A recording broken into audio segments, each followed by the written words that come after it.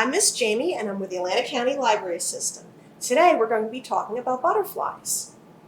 My library will be raising painted lady butterflies. We get these from a catalog as caterpillars. First, let's learn about their life stages. The first life stage of a butterfly is actually the egg. We don't get the eggs, we get the next life phase, the caterpillars. So we'll get a cup of caterpillars and we will feed them until they grow.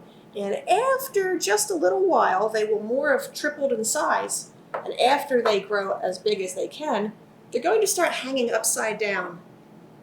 When they do that, they're going to spin into a chrysalis. Now they're going to be in their chrysalis for a little more than 10 days, usually 10 to 12 days. And as they're in there, they're slowly developing and changing. So we usually put them into one of these little net enclosures at that time. That way when they do emerge, they have enough room because they will emerge as butterflies. And then we release these into our certified butterfly garden in the park. Okay. Now we're going to learn how to fold origami butterflies. Naturally, real butterflies are beautiful, but you can make your own beautiful butterflies out of origami, which is the Japanese art of paper folding. So this is our example butterfly. Okay, I'm using oversized paper so it's easier to see.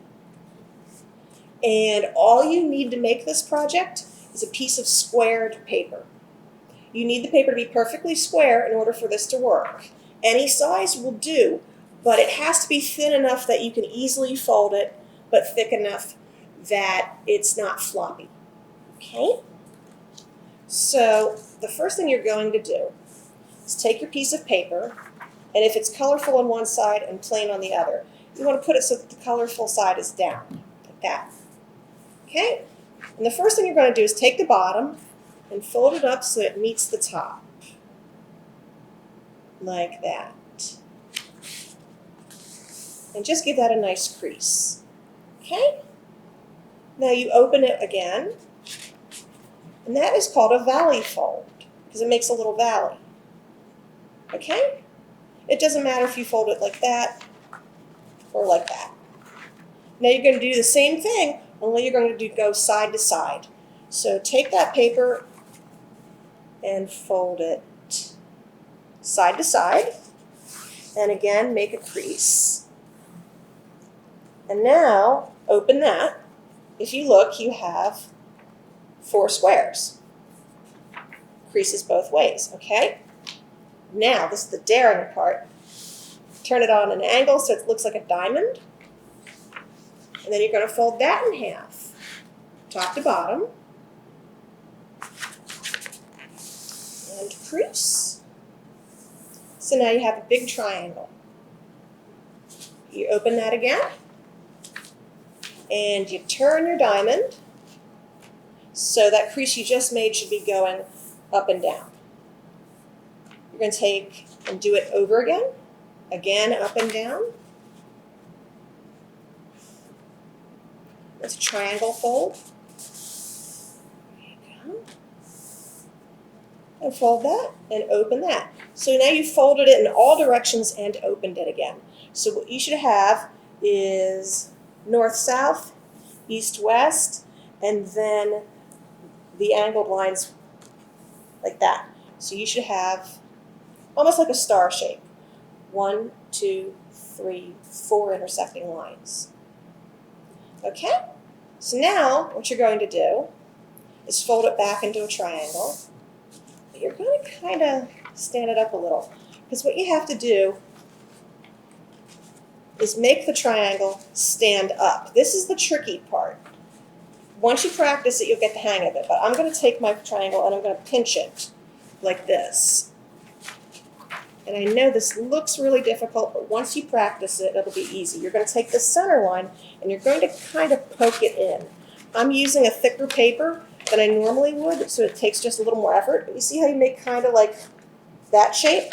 You're going to do it on the other side. Just give it a little push. You might have to pinch it at the top like that. It looks a little bit like a pyramid right now.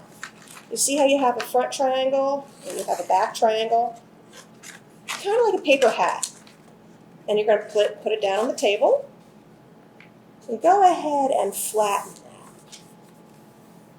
that. So that was a little difficult. That's the most challenging skill. I'm just going to flip it around so you can see what it should look like. See? You've had a triangle? Okay. Now, what you're going to do is you're going to take this end point. I like to do this so that the wide part's facing me and that the point is facing you. I'm going to take this corner here. This is my right corner. I'm going to take it. I'm going to line it up with the center line and with the tip. This is going to become the bottom of the butterfly's wing. We're going to make an angle fold right here. Okay, let's do that with the other side too. You take the end and you put it all the way up and you fold it again. Now, as you can see, it's already starting to look a little bit like your butterfly. See, here are the wings, and here's the bottom. Flap, flap, right? Now what? So you still have this bottom triangle. You're going to flip it over. Do you see this triangle here? Take the tip, the smallest part of the triangle, and you're going to just lift it up a little bit. And you're going to fold it towards you. So you have this shape. It looks like a diamond. This end of the tip should be over the wings of the butterfly because that's going to make the butterfly's head. So you're going to have to give it a little tug. At this point, your paper will no longer be sitting flat on the table. That's okay. You want a little bit of lift here. That'll give your butterfly some volume. So you're going to hold it like that, flip it over, and just fold that point down. I'll turn that around. Now what you should see is this shape. You can really press that hard. It might come unfolded, but don't worry. You can also put a little spot of glue there if you want, but you certainly don't have to. Now that you're here, you're almost done. What you're going to do is you're going to turn around your butterfly so you're looking at it. And here's the head, here are the wings, here's the back wings.